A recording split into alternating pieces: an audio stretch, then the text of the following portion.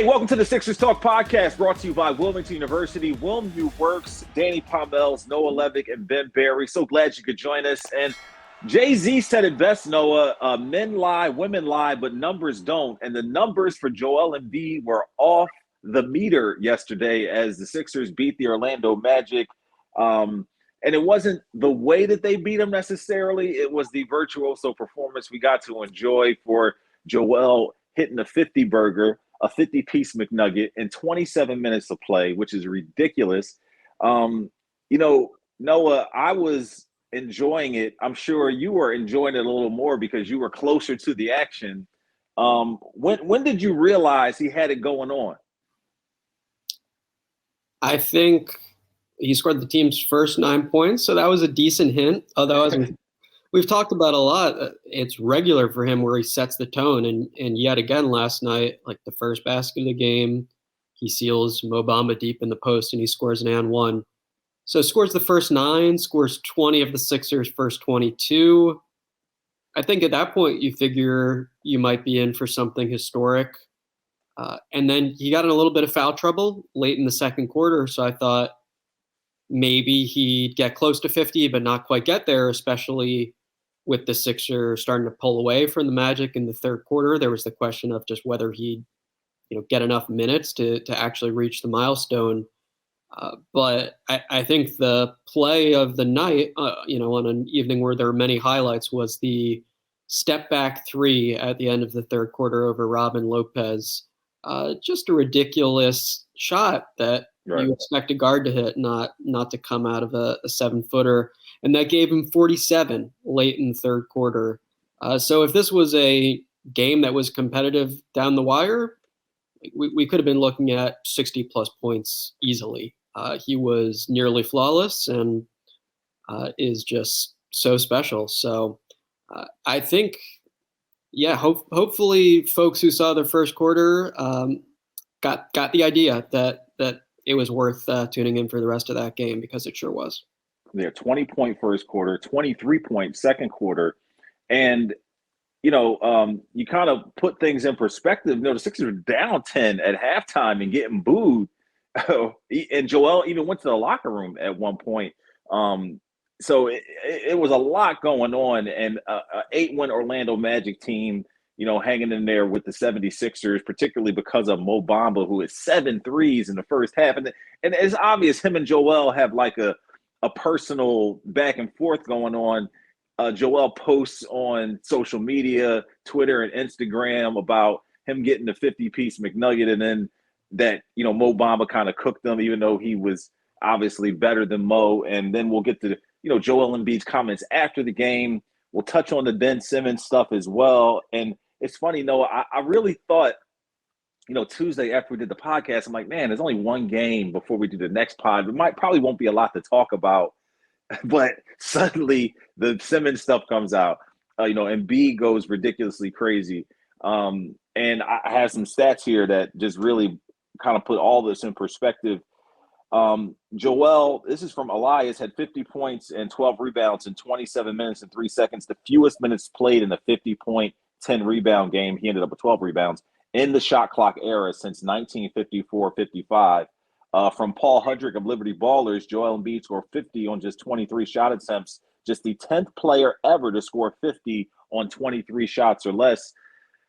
I mean, this dude is a unicorn. We kind of say it, gingerly at times, but you continue to see him adding more and more to his game and evolving. And I hate to, drag Ben Simmons into this and him catching strays, but it just is an indictment on the way that Simmons has decided to take his progress and evolve as a basketball player, and the way Joel has evolved as a basketball player, adding more and more to his game. And if people out there who might have seen Drew Hanlon's tweet that's been floating around of, it's kind of a montage of Kobe Bryant, Michael Jordan, and Joel Embiid all doing similar moves and stuff around the court. And I'm of the mindset that he does study and look at. I mean, we know he says he learned how to shoot threes by watching YouTube, but I think he does study and mimic those things, and they really work on, as Hanlon said in other tweets, adding those things to his game as time goes on. What's your perspective on all that, Noah?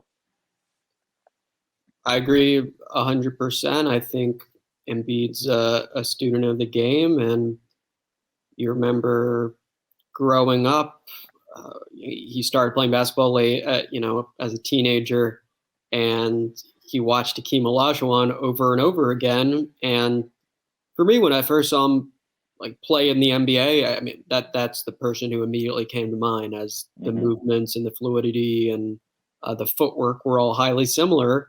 And he's pretty darn good at mimicking these all-time great players. Hanlon and him have studied Dirk Nowitzki, have studied Jordan and Brian, and he's able to incorporate those tools into his game remarkably fast. So obviously the renewed intensity and focus that he's had these past couple of years, and just systematically addressing his weaknesses and adding these new brilliant tools should be lauded. But we also have to acknowledge there's just unbelievable natural talent here to acquire those skills so fast. And I thought it was really interesting last night, Embiid talking about that offseason after the Sixers lost in the bubble. And he pointed to a few reasons why he was so motivated, among them, his son coming into the world in September of 2019 and wanting to set a high bar for him.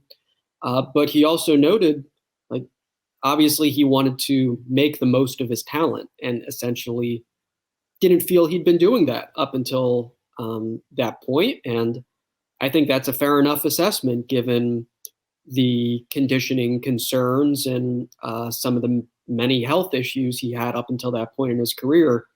And now to see it all come together like this, I think is awesome for anyone who loves basketball. He comes out and scores 20 points in the first quarter. There was a point where the Magic had 20 and he had 20 points. And then suddenly, if we're kind of, nerds about basketball in a lot of ways. I think back to the fact that when Kobe hit for 81, part of the reason why he scored so many points is because the game was tighter, down the stretch. Like you mentioned, had the Magic kept it close, he might have been looking at 60 or more. Kobe and continued to pour it on against the Raptors and hit for 81, and Joel checked in the second half, the fourth quarter, after 47 through three quarters to kind of reach that 50-point mark. And he got a standing ovation checking back into the game after leaving the game to a standing ovation. So it was just a crazy night at the arena. I hope people were able to enjoy it from home if you weren't able to come out. Joel did it, though, in such a myriad ways, Noah, where it was, like you said, step backs. It was drives to the cup, him going coast to coast, and ones, fadeaways, dunks. And it's kind of just, I don't know, it's just tough to just kind of wrap your head around the fact that this guy has come so far so fast that the ceiling continues. It's like the ceiling is, there's no ceiling. It's like it just, he continues to just show you more and more. And okay, yeah, it was the Orlando Magic, but at the same time, they haven't had a great home record. This is just their 10th home win out of 19 opportunities. And they're coming into this game after having played 3 games in a 4-day span and a loss in their last game.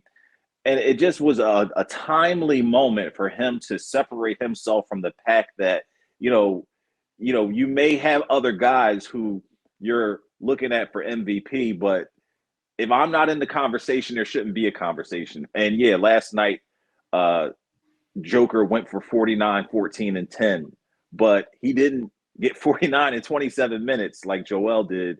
And it just was amazing to watch. And I say you had a better eye view because you were down in the bowl at the arena.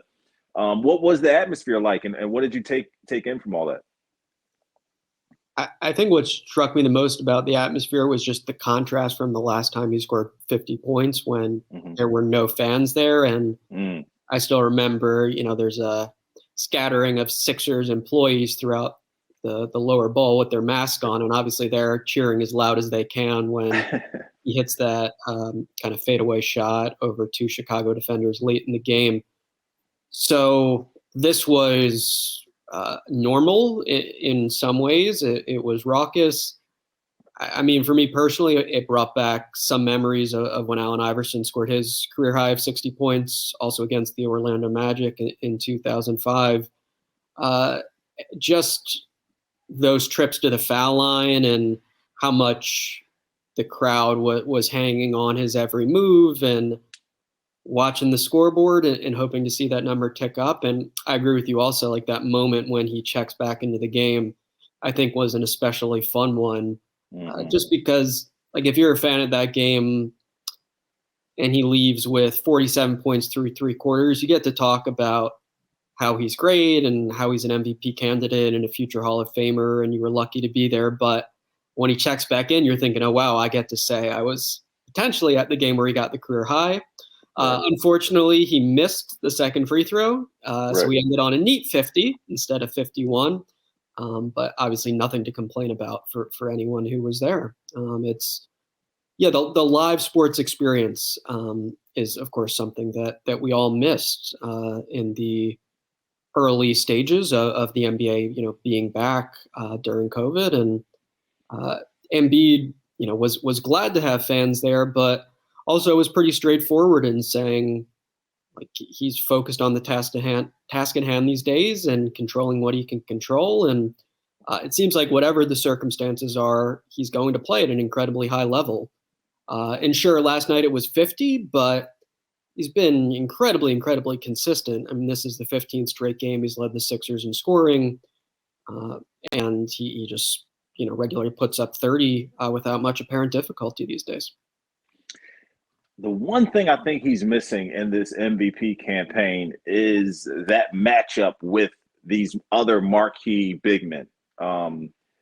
Dude missed 11 games because of COVID, if I have that right. And he missed a matchup with Jokic. He missed, a matchup with Rudy Gobert, which might come later in the season. But I think that's the one thing he's missing. But I want to get to these post-game comments a little bit because – there is the humbleness that goes with Joel Embiid, but there is also a bit of that braggadocious nature that he has, and he likes to stir the pot. He's Joel Embiid for a reason, but he's throwing out names in the post-game press conference like Michael Jordan. I can be Michael, I can be Shaq, I can be Kobe when I want to. And I guess that was precipitated by a question from Tyrese Maxey, like, who are you going to be tonight? So can you give us some insight onto how that went and what you thought of just the way he just comes out and just owns the fact that he is killing these guys and that, he's the type of player. And the caveat I know that you like that he said, I played just okay tonight. I know you like that part. Right. I love that. So Maxey apparently said he was messing with Embiid before the game, said, are you going to be Shaq tonight? Are you going to be Dirk? And Embiid said, I'm going to be Joel. And Maxey said, alrighty then, essentially. Being Joel, ended up working out just fine for him. So then Embiid was asked about that exchange, just his perspective on it. And he, I don't think, is off base to say that he can be darn similar to a Michael Jordan, a Kobe Bryant, a Dirk Nowitzki when he wants to be. I think he blends, these elements of these all-time great best skills and puts it into his game, and it's all there. And I think a lot of it earlier in his career was a question of like picking and choosing when X, Y, or Z skill was appropriate, and now it feels a little Matrix-esque, where he knows well before anyone else does exactly what tool to pick out of the bag. So, and then, modestly says, I was okay tonight, which I think, is a bit of an understatement perhaps from Embiid, but he, I think, doesn't shy away from like, I'm a great player and I have immense talent, and it's all about me being determined to maximize that ability. He's not shy about talking about that, and fair enough. And I think every single time he's asked about like being an all-time great and considered amongst those elite players, he says, look, that's not going to happen unless you win and unless you bring home major awards. So I agree with that perspective, and I think it's spot on. Of course, Charles Barkley still remembered as a fantastic player, and others that didn't win titles, but you're looking at that Michael Jordan, Kobe Bryant sort of class. Part of why they are so revered is they won a bunch of titles and they were elite, when everyone was watching. And Embiid still has those aspirations, and the older he gets, the more realistic they get. I think is the bottom line. I think that is where the humbleness, I think, comes in, where I am one of the top 5, 10, whatever, 3 players in the world right now. But there is still more work for me to do. There's still another plateau to reach. There's still more accomplishments I need to do to be among those greats. And I think that is where I feel like he grasps the perspective of the task at hand of being able to accomplish these feats and, reach these heights and whatnot. And, he started playing basketball when he was a teenager, and it was definitely, some bumps along the way, particularly with the injuries and things like that. But just seeing performances like last night, it's just hard not to be, seized by the moment. And it was just an incredible performance. And give Mo Bamba credit for, being his foil. I think, he had 22 was his career high, and he passes that in the first half. He had made 7 3-pointers all month, Mo Bamba did, and hit 7 in the first half last night. So it was just one of those games, and it's great to see the Sixers rise to the occasion. But here we are with this team, continuing to take strides and move forward. Do you feel like Joel's performances are being felt league-wide as much as we see them, and that he's kind of turning heads, across the league as well? I think yes and no, not as much as the Philadelphia fan base probably would like, or I don't think he's appreciated to that level nationally. But hey, he won, Eastern Conference Player of the Month for December, and has probably been even better in the first 20 days of January. So, he's not being neglected or ignored, I think, in those league-wide conversations. Obviously, he was the MVP runner-up last year, and the only major knock was his availability. Games played, right. Yeah, and we'll see how that all shakes out at the end of the season. There's a lot of uncertainty and unpredictability with that, given the way COVID has impacted so many teams.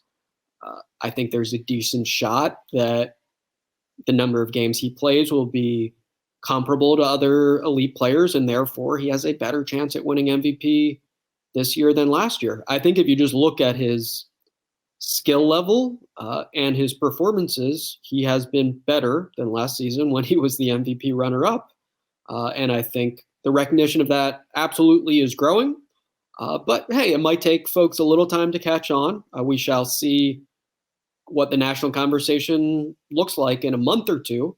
I think we do have to recognize that he did get off to a relatively slow start, and it's really just been since he had that 3 for 17 game in Boston on December 1st, where since then he's flipped this switch, and he's averaging over 30 and 10 and 4 assists and doing it all incredibly efficiently. So we'll see where this all shakes out at the end of the season, but I find it hard to believe that he won't be a top 3 MVP candidate again, and that he won't have a strong chance to win this thing as long as he avoids a major injury. His 92nd 30-point game last night, which I think puts him tied for 6th or tied for 7th in Sixers franchise history. Allen Iverson, to put things in perspective, has 303 30-point games. So it gives you an idea of the disparity. But Ty Johnson raised this question last night on Sixers Outsiders. I'm curious to get your perspective. Is if Joel Embiid is the best Sixers player of the modern era.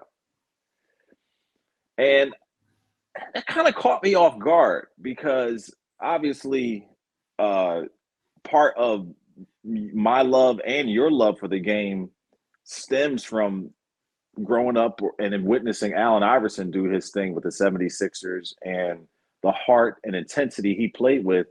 But, excuse me, with that being said, Iverson was never the defender that Joel is. Okay, yeah, he was great getting in passing lanes and getting steals, but he was never the defender Joel is. He was never as interchangeable to play multiple positions like Joel. And he wasn't quite, in this small sample size of Joel's prowess and his, growth and whatnot, he's never been quite the shooter. Excuse me, Joel is. So I'm curious, in the modern era, let's just say the way Ty Johnson phrased it was 1990 forward, which would include Charles Barkley in essence as well. So what's your thought on that? Do you feel like this guy is the best player that the Sixers have had since, Wilt or Hal Greer or whoever prior to that 90 era you want to latch onto? I think he's the most talented. I think he's on track for the opposing side of that discussion to not even have much of an argument, but he needs to stay healthy and he just needs to accumulate a lot of statistics and accomplishments because he still hasn't been beyond the second round of the playoffs. Barkley, of course, won an MVP right after leaving the Sixers with the Suns. Embiid's resume, of course, looks a lot stronger if he has 1 or 2 of those on his shelf as opposed to right now an MVP runner-up. But I think just the skill set and the all-encompassing dominance of the game, I do think he's better than any of those guys. He just, when he wants to, as he said, can totally overwhelm the opposition on both ends of the floor in a special, special way. I think, of course, Iverson and Barkley had the same take over an entire game and play just spellbinding, out of jaw-dropping, right? Yeah, exactly. Yeah, I'm not trying to denigrate that ability in those guys at all. And also don't want to undersell their accomplishments. Like, I do think Embiid has got to keep this up. And we do have to keep in mind that this is the best stretch of his career, but it's been 6 weeks. So can he keep it up? I think for the large part, my sense is probably he can remain pretty darn close to this level, in large part because he draws foul shots so well and he just plays such a naturally efficient game.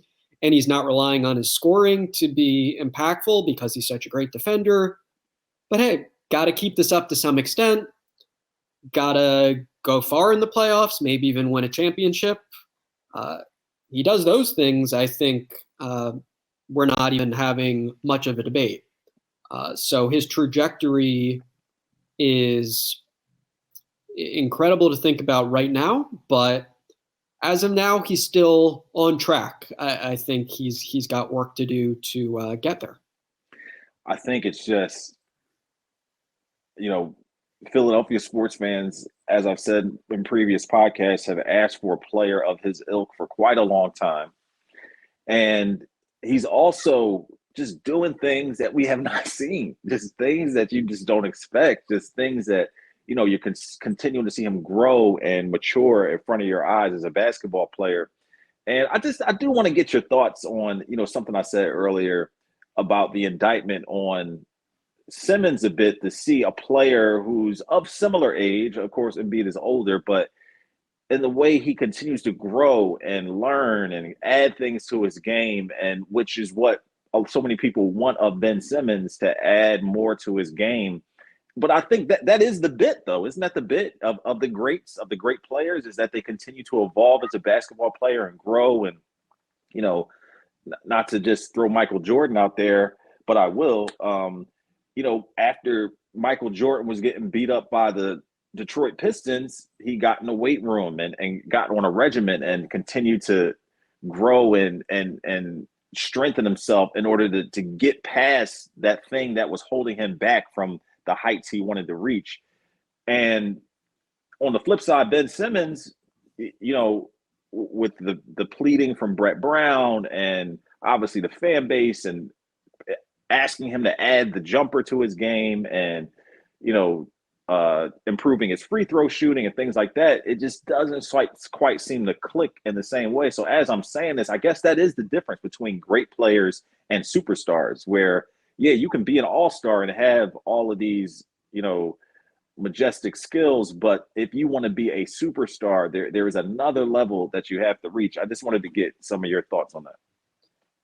I think you have to be driven and you have to have burning internal motivation. And when Embiid was talking last night about how post, being swept by the Celtics in the bubble, he was fueled by feeling disrespected, not getting all NBA votes. And he was motivated by the loss. He was motivated by having a son who was going to look up to him. And you just felt that it means so much to him, on this deep level, to get better as a person and as a player. And there are similarities there, absolutely. If you think back to Michael Jordan in the Last Dance documentary, where there did not have to be something especially legitimate, but he would find it as a reason to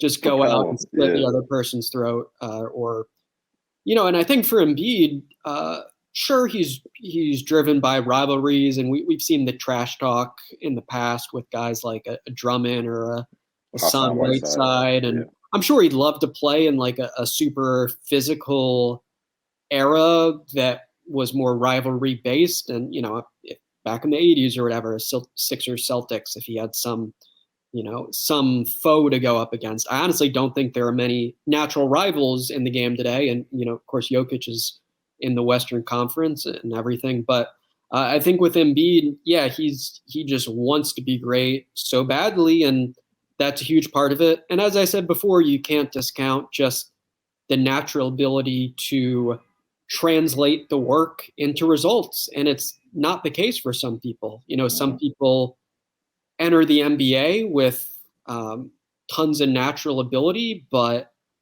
they don't inherently have the tools to actually go up to that next level. Obviously, Joel Embiid does. And then I think just like with the contrast with Ben Simmons, part of it's like what's important in your life and what matters to you as a person fundamentally.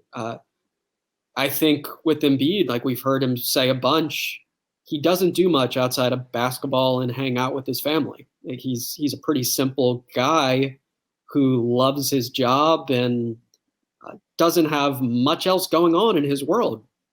Whereas for other players in the league like Simmons, like that's obviously not the case. And that doesn't mean, players who don't have Embiid's mindset are bad people or, are flawed as human beings, but it means that it's a lot more difficult for them to become great because they don't have that drive that someone like Embiid does. So absolutely, that's a big part of how he keeps ascending. Well said, Noah. Does part of you pine for the Nikola Jokic matchup? Does part of you want to see him, like he's frying Daniel Gafford and Robin Lopez? Like, okay, great. But does part of you kind of long for those matchups with, he wants to be the defensive player of the year, playing Rudy Gobert and showing, some of his prowess against him or what have you. Do you kind of want to see some more of that? I do like seeing when Embiid's challenged, even when he's gone to get up against Al Horford. I've liked that because Horford, for all his faults, does guard Joel Embiid well. I think just raises the stakes for me personally. I just need to, you know what I'm saying? Yeah. Yeah, I think realistically though, like even against players like Jokic, it's rare that Embiid sees a lot of single coverage these days. Right. The Magic went that route. They went a different route. Opting out for them. Although to their credit, they were leading this game by 10 at halftime because Embiid's teammates were not chipping in very much and were only like 3 for 9 from 3-point range. But yeah, the matchup against Gobert at Wells Fargo Center last season, I think that was just one of the better games of the NBA regular season overall. The Sixers ended up pulling it out in overtime. Embiid hit that high difficulty 3-pointer to send it in OT. Just a great game. And of course, as a fan of the sport, you love to see as many of those as possible. And I do think the fact that Embiid, I believe, got 40 against Gobert, that held a little more weight. And it was cool to see how he did in that particular matchup. So always nice to see him challenge, but it just realistically isn't going to happen that much the way the NBA is structured right now. Hey, Ben Simmons did give him 42, so 40 as well. I'm trying to say, so there is that. But let's take a quick time out here. We'll get back and discuss some of these Ben Simmons rumors. I feel like every show we have to do this just based on the news that's out there. But we are approaching the February 10th trade deadline, so this is going to continue to get more and more intense, you might expect. It's an interesting question I have for you, Noah, that we'll dissect together. That with Embiid playing this way, if the Sixers don't make a move before February 10th to try to give him some help and to bolster the roster, are they wasting, what he's giving them this season? So we'll get into some of that after we take this time off. Start college, build skills, and complete your degree with Wilmington University. 100% online options and affordable tuition makes WilmU work for you. Learn more at wilmu.edu. Listen, man, it is a multifaceted, ever-moving, evolving, and growing league. And day by day, things change, particularly in this COVID era that we're in. But it's weird because the Sixers are in an interesting place in my perspective because Joel Embiid is playing like we have seen. I think there's only been one game in the entire month of January in the new year that he hasn't hit 30 or more points. And he needs some help. They need another superstar. This team went from a 1 seed with 2 All-Stars and Embiid and Simmons, and then potentially a third in Harris, to 1 All-Star. They're a 5th seed now, and Harris is way off that pace, partially due, as we talked on the last podcast, partially due to Simmons' absence from getting them some of those easy transition buckets, setting them up for spot up opportunities and what have you. So the Sixers are trying to move Simmons. They're reportedly trying to move Harris. Embiid needs some help. They're trying to, close this gap, although it's only 2.5 games between the first place, Bulls, and I think the Heat are also tied with them at this point. But whatever. It's a tight, group there in that top 5 or 6 space. If they don't get them some help and they continue with the roster as it is, are they doing Embiid a disservice because they're not using and accentuating the fact that he's on this incredible role and it could get them deep into the postseason if he had more firepower and someone else on the team who could carry the load with him? Do you think about that, and what are your thoughts if you don't? I think it's valid, but for me, as has been the case here throughout, there are 2 ways to look at it. There's the way you expressed, and then there's the way of because Embiid is so great, settling for a trade that's less good than it can be is unacceptable. Like, you need to do right by him, essentially, for the folks who are really set on what is best for Embiid. Like, what's best for Embiid is not making a suboptimal trade. What's best for Embiid is making the absolute best trade possible. Of course, there's a lot of gray area here, and it's not as clean as we try to frame it. Right. This trade could help in X and Y way. This trade could help in A and Z way. And, that's obviously not as clear as this is an optimal trade and this isn't an optimal trade. But I think in the broad picture, sure, it's absolutely right to feel that you want to get Embiid help, and it's tough to watch him with a roster that isn't as good as it can be because there's an all-star player on it who's not playing.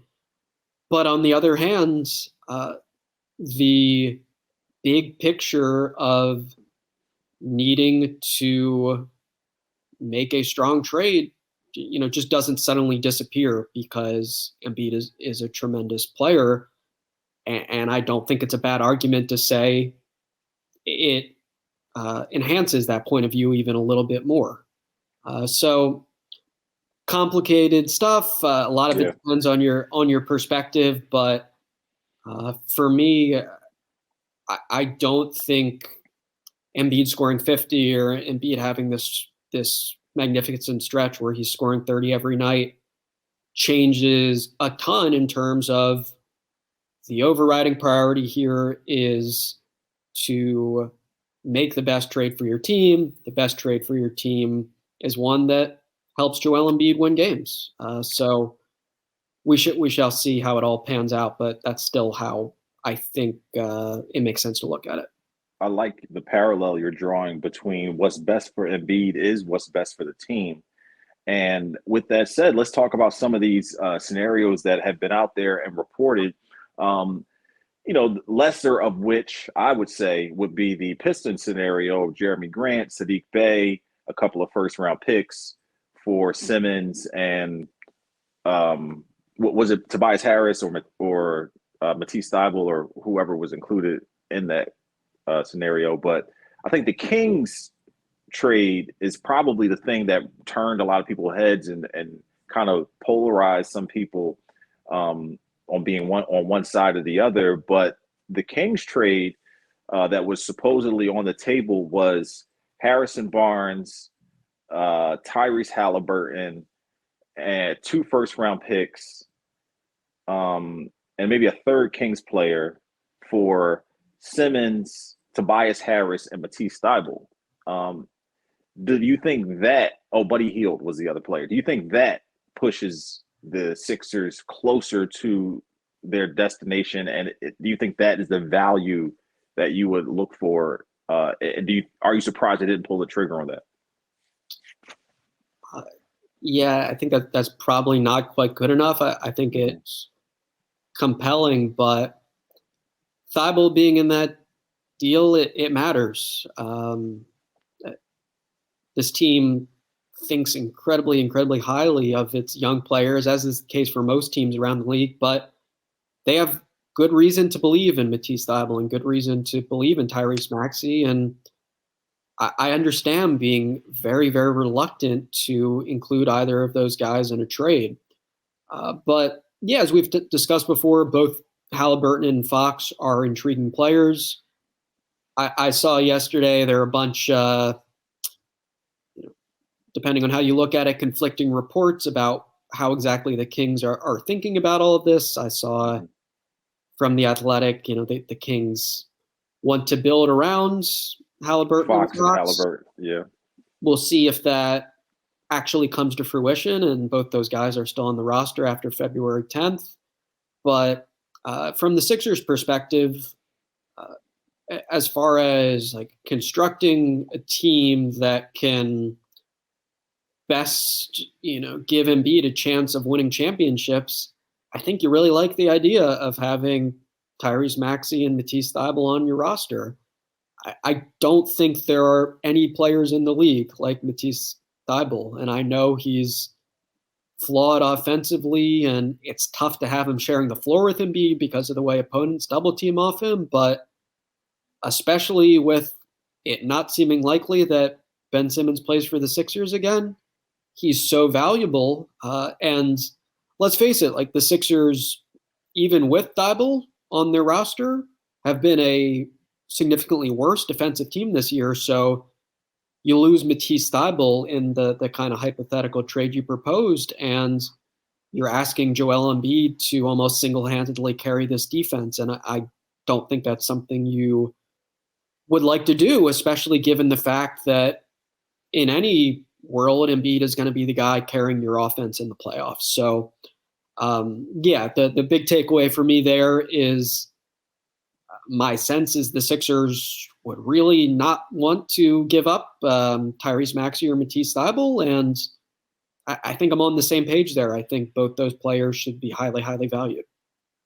Yeah, and I think part of it is that the Sixers need another superstar, or excuse me, maybe not a superstar, but another all-star, someone who could also, carry the load. I mean, you look at what the Bucks have constructed with Giannis, Chris Middleton, and Drew Holiday, and you look at what the Bulls have put together with Zach LaVine and DeRozan and Vucevic, and obviously the Nets have three incredible all-star, superstar level players in Kyrie, Harden, and KD. So if you're trying to keep up with that, then Joel on his own and Tobias Harris is not enough. And maybe, with that said, adding Tyrese Halliburton and shipping Harris away and Buddy Hield, that still isn't enough. So I think the asking price being high, you can't really fault Daryl Morey because of what they lost by Ben Simmons sitting out. You kind of have to replace a player of his ilk or better in order to keep the team on trajectory to be in that upper echelon. So I totally agree with you. I think, though, that if you're in a situation where, let's say that Kings trade, and let's just take Matisse out of it, and maybe a first-round pick out of it to kind of even things out on both sides, you almost have – do you feel like there's a way the Sixers kind of have to, take it on the chin a little bit in order to move on from Tobias Harris's contract, and so that including Simmons and Harris together, you're getting rid of a lot of money, $80 million next year due to Tobias, $80 million over the next 2 years, just under $80 million in the next 2 years of Tobias Harris. You're kind of taking it on the chin a bit in order to move on from his contract, in order to maybe sign someone else in free agency who can fill that void that you need. Yeah, I think Harris reportedly being in these discussions adds a whole new intriguing component to it. And I do think it's the case where you have to look at it as another team taking on Tobias Harris contract. And as you mentioned, putting the Sixers in a better spot financially, that's a win within itself. So helpful players in addition to that is great, but just Daryl Morey successfully rerouting Tobias Harris to a different team, that's a success for the Sixers. And it would be honestly an impressive one for Morey, given what he did, getting Al Horford out of Philadelphia, adding Danny Green, to move on from the Harris contract as well would be strong work from him. But including Matisse in order to move on from Harris is a deal breaker for you. For me, I think it most likely would be. I think Thybulle should be a foundational player for this team outside of circumstances where you're getting Damian Lillard or somebody he's else. necessary to get a superstar. But right. Of course, Tyrese Halliburton and Buddy Hield or whatever, neither of those players are superstars. I think too, as we touched on once before, with a player like Halliburton, for those who feel strongly about you can't waste this season with Embiid, well, Tyrese Halliburton has never been in the playoffs, and it's his second year in the NBA, and I'm not sure there's a lot of evidence there to suggest that he's going to have a great postseason if he's traded to the Sixers. Not to say he's not a mature player who could. But he's not established. Right. If you're really focused on the notion of can't waste this season because this season is so great, well, a young player without playoff experience, I'm not sure how helpful he is in that regard. So much gray area, as you said. Hopefully it takes shape in a way that benefits the Sixers over these next few weeks. We'll be dissecting each and every minute detail here on the Sixers Talk podcast, so be sure to join us. Check out Noah Levick's work on NBCSportsPhiladelphia.com. His 3 observations from last night's game, as well as all of his film breakdown. For Ben Barry and Noah Levick, I'm Danny Pommells. Thanks for listening to the Sixers Talk podcast. We're brought to you by Wilmington University. Wilm U Work.